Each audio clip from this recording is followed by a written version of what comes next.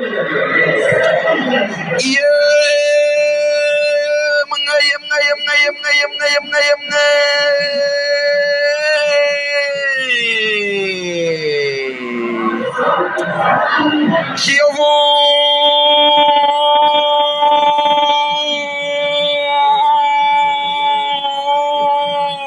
Sport.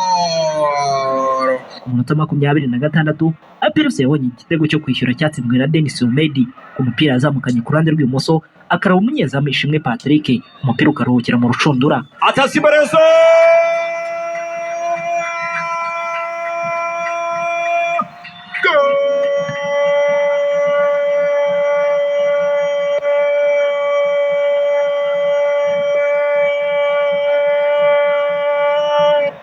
Somedi APR. Ku minota 36 APR yahushije igitego ku buryo bwabazwe nyuma yaho Djibril Watara na Hakim Kanuka babonye uburyo bombo mu munota umwe basigaranye n'umuzamu Ishimwe Patrick, ariko uyu musore akazajya yihagaraho imipira akayikuramo. Ku minota 42 APR yabonye igitego cya kabiri ku mupira wavuye kuri koroneri yaritewe neza na Ruboneka Jean Bosco, umupira usanga Djibril Watara imbere y'izamu awuteye n'umutwe Ishimwe Patrick, umupira ukuramo. Denis Omedi wari uri aho hafi, umupira usubizamo n'umutwe uruhukira mu ncundura. Atasimbarazamo kona bayishyiramo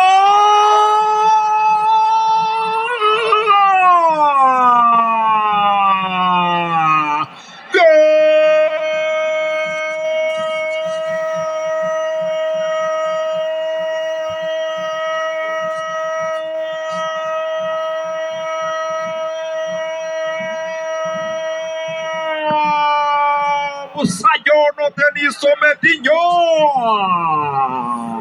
Igice cya mbere cyarangiye APR itsinze ikipe ya Kiyovu Sport ibitego 2-1. Igice cya kabiri cyatangiye n'ubundi APR isatira ikipe ya Kiyovu Sport, Kiyovu Sport nayo ikanyuzamo igasatira izamu rya APR. Ku minota 36 Kiyovu Sport yakoze impinduka, Mugisha Desire asimbura Mutsinzi Dercy, naho Twahirwa Olivier asimburwa na Tam Crespo, umuhungu wa nyakwigendera Patrick Mafesango. Umukino warangiye ikipe ya APR itsinze ikipe ya Kiyovu Sport ibitego 2-1, itangirana amanota 3 mu mikino yo kwishyura. Byari ibyishimo byuzuye ku bakunzi b'ikipe ya APR batangiye imikino yo kwishyura bagabanya amanota yari ari hagati yabo na Rayon Sport. Nanze gushyira ibintu byinshi bifite ubushobozi bwo kwatsinda ibitego 5-6, ariko ndavuze ngo mbatsinde igitego 2-1 nere kuba nafata mu mahahurumure abafana ba Kiyovu, abakinnyi ba Kiyovu bagisha umupira ko tuje kudefanda icyo gikombe cyatwaye umwaka washize. Witega APR iri gusaba ngo ni ekipe mu gikombe cya mahoro twahatana, sibyo? Na mwana usiyaravoma ntabwo tuyimanuye mani, twege abareba barayishyinguye turayizura, tuyikura ku mumena turayizamura, nese twongere bwa kabiri mwana nabo bishakira amahirwe yabo. No kuvuga twe dukeneye igikombe cya shampiyona, amanota 5 Rayon Sport turushanaga ari menshi. Denis Omedi wakiniye umukino wa mbere muri shampiyona y'u Rwanda agatsindamo n'ibitego 2, ngo bari babizi yo ko ikipe ya Kiyovu Sport atari ikipe iri buze kuborohera. Generally I can say the game was a good game. Muri rusange navuga ko wari umukino mwiza kuba nakinnye umukino wa mbere muri shampiyona y'u Rwanda nkanatsindamo n'ibitego 2. Kiyovu Sport ntabwo yari ikipe yoroshye, twaje tuzi ko tutari buze kubona umukino woroshye kuko byatangiye twinjizwa n'igitego. Rero nashima Imana y'uburyo twagarutse mu mukino dutsinda n'ibitego 2-1. Twaje twiteguye kandi bigiye gukomeza kudufasha no kujya imbere. Abakunzi ba Kiyovu Sport bari kubona ikipe yabo irimo gutsindwa buri munsi igatakaza imikino. Abakunzi ba Kiyovu Sport ntabwo borohewe kuko batangiye no gutabarizwa, gusa ngo gutsindwa gutya nabo ntabwo babyishimiye. Turishimye cyane nubwo dutsinzwe, nibwo bwa mbere twerekanye umukino mwiza. Turishimye cyane, amakipe ari imbere afite ingorane zikomeye cyane. Igice cya kabiri amakipe afite ibibazo bikomeye cyane. Urebye umupira Kiyovu ikinnye, APR abakinnyi yaguze n'uburyo ikomeye, ibonye 3 bigoye, mwayibonye mwese. Ahubwo mudufashe Kiyovu yose uko Kiyovu twese turi Kiyovu nta muntu mukwaha, dufashanye dusenyera umugozi muri nationale nzahore. Aho hari kwa gatandatu ku cyumweru kuri Kigali Play Stadium, kandi ku isaha saa 9 Rayon Sport yari yakira ikipe ya Musanze Football Club. Umutoza wa Rayon Sport Robert Nyogo Caves de Calmo yari yagariye Muhire Kevin na Ombolenga Fitina bari bamaze iminsi baravunitse. Abakinnyi bashya ba Rayon Sport bo bari bicaye ku gatebe k'abasimbura, ukuyemo Suleiman Dafe utari uri ku mukino. Umusifuzi w'umukino yari Ishimwe Jean Claude Chuchuri, niwe watangije umukino ku isaha y'isaa 9.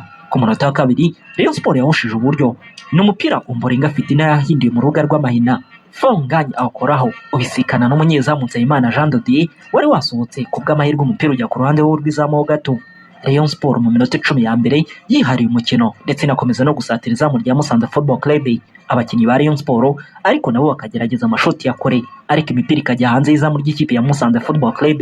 Amakipe yombi yakomeje gusatirana, yaba ari ku ruhande rwa Rayon Sport ndetse na Musanze Football Club. Ku munota 43 umusifuzi Ishimwe Jean Claude yabwiye umusifuzi wa kane ko yakongera iminota 8 bitewe n'iminota yari maze abakinnyi bari bagize ikibazo barimo kuvurwa. Ku munota wa 5 w'inyongera Fonganyi yafungaye amazamu ku ruhande rw'ikipe ya Rayon Sport ku gitego yatsindishije umutwe. Kibe igitego cya 10 muri shampiyona y'u Rwanda ku mupira Kevin Muhire yari atereye muri corner. Ku munota 47 Yusuf Dianye wa Rayon Sport yakiniye nabi Letabo Mataba nyuma gato y'urubuga rw'amahina, kosa ryahanwe na Sande Imeseti, umupira ukora ku mukinnyi wa Rayon Sport uruhukira mu izamu. Igice cya mbere kirangira amakipe yombi anganyije igitego kimwe kuri kimwe. Igice cya kabiri cyatangiye Rayon Sport ikora impinduka, Azizi Pasane asimburwa na Adama Bagayego. Rayon Sport yatangiye isatira ikipe ya Musanze binyuze muri Adama Bagayego, Fonganyi ndetse na Iragwa Haji. Ku minota 58 Iragwa Haji yasimbuwe na Biramahire Abedi wari ugiye gukina umukino wa mbere muri Rayon Sport. Ku minota 77 Nsayimana Aimable na Adorai Jaro basimbuye Ndayishimiye Rishani na Niyonzima Olivier Sefu aho rwari ku ruhande rwa Rayon Sport. Ku minota 79 Fonganyi yongeye kunyeganyeza inshundura ku gitego yatsindishije umutwe ku mupira wari uteretse ibumoso. Uyu rutahiza w'umunyasenegale yuzuza igitego cya 11. Muhire Keve kandi niwe wari uteye umupira nk'uko byari byagenze ku gitego cya mbere. Attention Keve!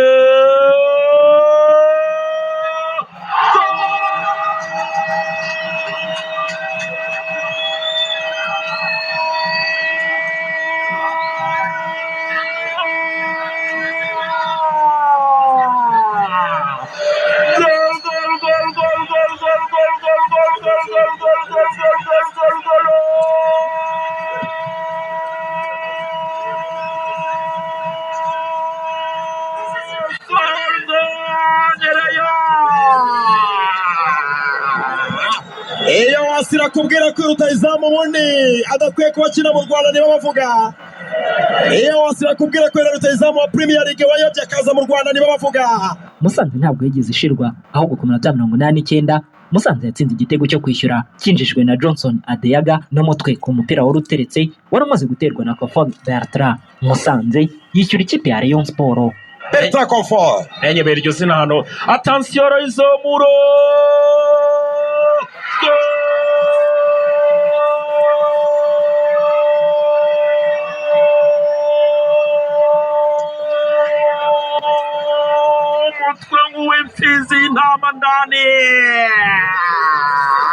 Umukino warangiye Rayon Sport inganyije n'ikipe ya Musanze ibitego 2-2.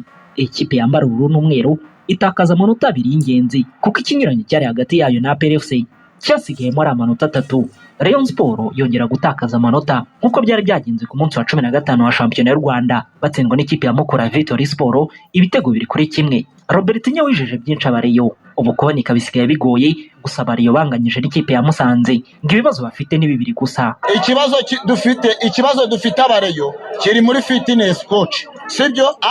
Ari umutoza w'abanyezamu ngo nayabonga, ese yagiye gutabira ibijumba yaje nka mu murima agahinga basi. Kadimu Ndiyayi nawe nazajya gukora akazi k'ijoro ako gufata byamunaniye, sibyo? Igitego kijyamo none cyaka so kibonye naze tumuha amafaranga. Kadimu turashaka ko twishyura tumuha amafaranga nyine, ndashaka ko tumuha amafaranga, mutuzane Kadimu tumuha amafaranga abara tugira amafaranga. nta kindi rero dushaka, nta kindi kituraje inshinga, niba tubareba tuzanira ya bonga kugira ngo ikipe yacu ikomeze ijye imbere. Imikino 8 y'umunsi wa 16 wa shampiyona y'u Rwanda, Amagaju yatsinzwe n'ikipe ya Etincelle igitego 1-0. Umukino wa mbere Seninga Innocent atoje mu ikipe ya Etincelle nyuma yo kuyigarukamo abona n'intsinzi. Marine yanyagiye ikipe ya Gasogi United ibitego 3-0. Rayon Sport ye inganya na Musanze ibitego 2-2. Ikipe ya Kiyovu Sport yatsinzwe na APRFC ibitego 2-1. Ikipe ya AS Kigali itsinda ikipe ya Bugesera. Iki gitego cyatsinzwe na Haruna Niyonzima. Mukura Victory Sport yatsinze ikipe ya Muhazi United igitego 1-0. Rutsinganya n'ikipe ya Polisi 1-0. Hanyuma kandi ikipe ya Vision yari yanganyije n'ikipe ya Gorera ibitego 2-1. Uko uyu munsi wa 16 wa shampiyona y'u Rwanda usize, nuko ikipe ya Rayon Sport ari ya mbere n'amanota 37. APRFC ni ya kabiri n'amanota 38. AS Kigali ni ya gatatu n'amanota 29. Ikipe ya Gorera ikaba ya kane n'amanota 26. Polisi iri ku mwanya wa gatanu n'amanota 28. Iranganya n'ikipe ya Mukura Victory Sport ifite amanota 28 ku mwanya wa gatandatu. Amakipe ari mu myanya ya nyuma ni ikipe ya Muhazi United iri ku mwanya wa 14 n'amanota 13. Ikipe ya Vision iri ku mwanya wa 15 n'amanota 12, irayanganya n'ikipe ya Kiyovu Sport iri ku mwanya wa 16. Muri iki cyumweru twatangiyemo hagati, amakipe 16 ari mu mikino ya 1/8 cy'igikombe cy'amahoro. Amakipe azakina imikino ibanza, naho umunsi wa 17 wa shampiyona y'u Rwanda uzakomeza tariki 14, 15, 16 na 17 Gashyantare 2025.